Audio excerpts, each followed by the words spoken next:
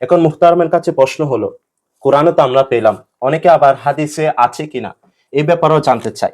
তো আমি আপনার কাছে জানতে চাইবো, এই শবে বরাতের অস্তিত্ব কোরআনে যেভাবে আছে এভাবে হাদিসে পাকে আছে কিনা। দেখুন, শবে বরাত তথা লাইলাতুন নিসফি মিন শাবান জি এত বড় একটা বুজুর্গি রজনী, জি এত বড় একটি আজিমুশান রাত, যেই রাতে মানুষ ইবাদত করলে আল্লাহ লক্ষ লক্ষ কোটি কোটি বান্দাকে মাগফিরাত দান করেন বেলা হিসাব।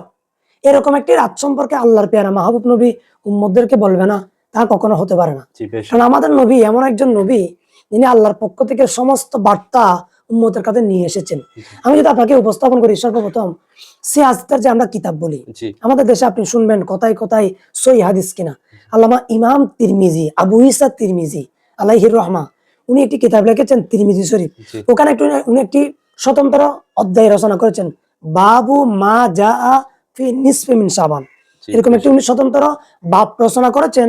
উনি মানুষকে একথা বুঝিয়েছেন যে শবে বরাত শুধু এটা একটা স্বাভাবিক কোনো রাত নয়, এটা ফজিলতপূর্ণ রাত, একথা উনি এখানে প্রমাণ করেছেন। জি দেখুন এখানে হাদিস পাকের মধ্যে আছে, মুসান্নিফে আবি সাইবার মধ্যে আল্লামা ইমাম আবি সাইবা উনিও রায়াত করেছেন, ইমাম বাইহাকি উনিও কিতাবের মধ্যে নকল করেছেন। হাদিসটা হচ্ছে এই, আমাদের রাসূল পাকের স্ত্রী, অন্যতম প্রিয়তমা স্ত্রী জি হযরতে সৈয়দা আয়েশা সিদ্দিকা রাদিয়াল্লাহু তাআলা আনহা, উনি একদিন রাতে আমাদের নবীর ঘরে, আমাদের নবী উনার ঘরে ছিলেন।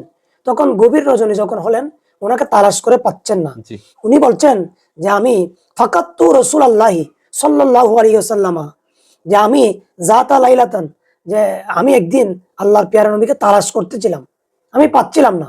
তখন আমি বের হলাম আল্লাহর নবীকে তালাশ করার জন্য। তখন আমি তালাশ করতে করতে আমি নবীকে পেলাম জান্নাতুল বকি শরীফের মধ্যে। বিলবকি। আমি গিয়ে বললাম, ইয়া রাসূলুল্লাহ, আপনি কি আমার উপর কোনো রাগান্বিত হয়েছেন? না, আমি আজকে রাগান্বিত হই নাই। আমি আজকে, তুমি কি জানো আজকে কোন রাত? এর জন্য আমি জানি না। তখন আমার নবী ওনাকে সংবাদ দিচ্ছেন, আজকে এমন একটি রজনী, জি বনি কল্ব পুত্রের মধ্যে যে লক্ষ লক্ষ ছাগল চড়ায়, জি ওইখানে ছাগলের মধ্যে যতগুলো লুম আছে, ক্যাশ আছে, অত পরিমাণ আল্লাহ আজকে বেলা হিসাববিহীন, হিসাব ছাড়া আমার উম্মতকে আল্লাহ মাফ করে দিবেন। ওই রজনী হচ্ছে আজকে, সেই রজনীর নাম হচ্ছে লাইলাতুন নিসফি মিন শাবান। সুবহানাল্লাহ। দেখুন কত ফজিলত, রসুল হাদিস এখানে নিজে আমল করেছেন, জি ওখানে জিয়ারত করেছেন, এবং রসুল ঘুম থেকে উঠে ইবাদত করছেন। আবার রসুল পাক রাতের ফজিলত বলেছেন, জি এবং উম্মতকে কিভাবে গুনাহ মাফ করবেন এটাও আল্লাহ নবী একটা মিয়ার দেখিয়ে দিয়েছেন, যে আল্লাহ এরকম বনি কল্ব পুত্রের ছাগলের যত লুম আছে জি জি এত উম্মতকে মাফ করে দিবেন। এখানে বেলা হিসাব। জি অবশ্যই। তো এখন আরেকটা হাদিস দেখুন। আবার আমরা যদি দেখতে পাই হাদিস থেকে আরেকটি বিষয় স্পষ্ট প্রমাণিত হচ্ছে, সেটা হচ্ছে কবর জিয়ারত। কবর জিয়ারত। জি হ্যাঁ, আমাদের দেশে।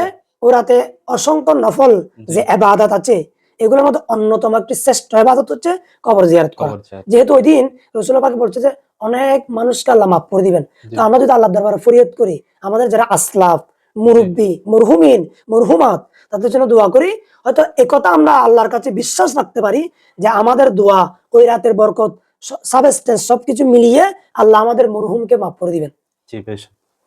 দেখুন আরেকটি হাদিসে পাক আমি আপনাকে বলতে চাই, এটাও লাইলাতুন নিসফি মিন শাবানের ব্যাপারে ইবনে মাজাহ শরীফের মধ্যে রয়েছে। জি তখন এখানে আমার নবী বলেছেন যে ইযা কানাত লাইলাতুন নিসফি মিন শাবান ফাকুমু লাইলাহা ওয়া সুমু নাহারাহা, জি যে ব্যক্তি সারা রাত শাবান মাসের মধ্য রজনী, অর্থাৎ ইবাদত যেটাকে করবে। শবে বরাত, লাইলাতুল বরাত বলা হয়, জি এই রাতে সারা রাত ইবাদত করবে এবং এরপর দিন রোজা রাখবে। এবং আমার নবী বলছেন যে ফাইন্নাল্লাহা ইয়ানজিলু ফিহা লিগুরুবিশ শামস, যখন সূর্য ডুবে যায় জি তখন আল্লাহ সুবহানাহু ওয়া তাআলার রহমতের দৃষ্টি প্রথম আসমানের দিকে নিক্ষেপ করেন। অন্য হাদিসে আছে উনি নাজিল হন। এখন আল্লাহ কিভাবে আসেন? আল্লাহর জন্য আসার জন্য দরকার নেই। আল্লাহ আসান মানে এখানে আল্লাহ বান্দাদের উপর খাস রহমতের তাওয়াজ্জু নিক্ষেপ করেন। জি মা এবং ইয়ালিকু বিশানিহি। জি, আল্লাহর শানে যেটা লায়েক, জি আমাদের মতো না। তো উনি এসে আল্লাহ বলেন যে ডাকেন যে আলামিন মুস্তাগফিরিন, জি বেশ। কেউ গুনাহ করেছেন এরকম কোন বান্দা আছো? আজকে আমার কাছে মাপ চাও। আমি আজকে, নবী তো তোমাদেরকে খুশখবর দিয়েছেন জি মাপ করবে, তো আমি আল্লাহ আজকে তোমাদেরকে মাপ করে দিব। আলামিন মুস্তারজিকিন, কারো কাছে কি রিজিকের প্রয়োজন আছে? আমার কাছে চাও, আজকে আমি তাকে রিজিক দিয়ে অটেল সম্পত্তি আমি তাকে দান করব। জি আলামিন দাইন, কোন আহ্বানকারী আছো? আমাকে ডাকো, আমি তোমার আহ্বানকারী কবুল করব। কবুল করব। এভাবে বলতে বলতে আমাদের নবী বলেছেন যে হাত্তা ইয়াতলা আল ফজর, যে ফজর পর্যন্ত আল্লাহ সুবহানাহু ওয়া তাআলা কুদরতি ব্যবস্থাপনায় প্রথম আসমানের মধ্যে ওখান থেকে রহমতের ব্যবস্থাপনায় আল্লাহ বান্দাদেরকে ডাকেন। সুতরাং দুইটা হাদিস দ্বারা প্রমাণিত হয় লাইলাতুন নিসফে মিন শাবানের অস্তিত্ব আছে। নবী বলেছেন, জি রাসূলুল্লাহ আমল করে দেখিয়েছেন, এবং রাসূলুল্লাহ আমল করার জন্য উদ্বুদ্ধ করে মায়েশাকে এটা প্রমাণের জন্য বলেছেন। জি এবং যারা যুগের যারা উম্মতে মুহাম্মাদের যারা বরেণ্য মুহাদ্দিস, যাদের কাছে রাসূলুল্লাহ পাকের হাদিসে পাকের আমানত আছে, জি ইনারা আমাদেরকে জানান দিয়েছেন যে লাইলাতুন নিসফে মিন শাবান অস্তিত্ব আছে। সুতরাং হাদিসে পাকের মধ্যে নাই যদি কেউ বলে, আসলে আমাকে বুঝতে হবে, আপনাকে বুঝতে হবে, দর্শকদেরকে বুঝতে হবে, উনি আসলে হাদিস যেখানে আছে উনি সেখানে নাই, এই কথা উনি বোঝাতে চেয়েছেন।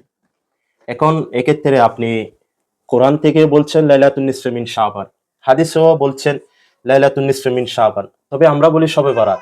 এখন শবে বরাত লাইলাতুন নিসফে মিন শাবান কি এক জিনিস নাকি নাকি বিপরীত কোনো জিনিস? দেখেন গৌসে এক্ষেত্রে পাক- অনেকে শবে বরাত ওরা শবে বরাতটাকে খুঁজতে চায় হুম, কোরআনে হাদিসে। হুম। এখন শবে বরাতকে যদি তারা কোরআনে হাদিসে না পায় তখন কি হবে? দেখেন আল্লাহ তাআলা বলেছেন কোরআন শরীফের মধ্যে, লা তুফসিদু ফিল আরদ, জি তোমরা জমিনের মধ্যে ফাসাদ করিও না, জি মানুষকে জোড়া লাগাও। ইসলাম শান্তির ধর্ম, সালামতের ধর্ম।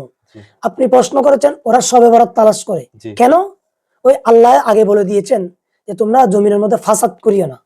জি ওনারা ফাসাদ করার উদ্দেশ্য আছে বিদায় ওনারা কোরআনের মধ্যে যে শব্দটা আছে, হাদিসের মধ্যে যে শব্দটা আছে, ওটা তালাশ না করে তারা একটা মানুষকে দ্বিধাদ্বন্দ্বে ফেলাবার জন্য শবে বরাত তালাশ করছে। আমাদের পাক ভারত উপমহাদেশে কোনো নবী আসে নাই প্রসিদ্ধ মশহুর মোতাবেক, কোনো এখানে রসুল আসে নাই। জি আল্লাহর আউলিয়া ইকরাম এসেছেন, মুক্তালিব রিওয়ায়াতের মধ্যে আছে সাহাবা ইকরাম এসেছেন। জি যা হোক, আমরা সাবেস্টেন্স ধরতে পারি যে আল্লাহর ওলিরা এসেছেন।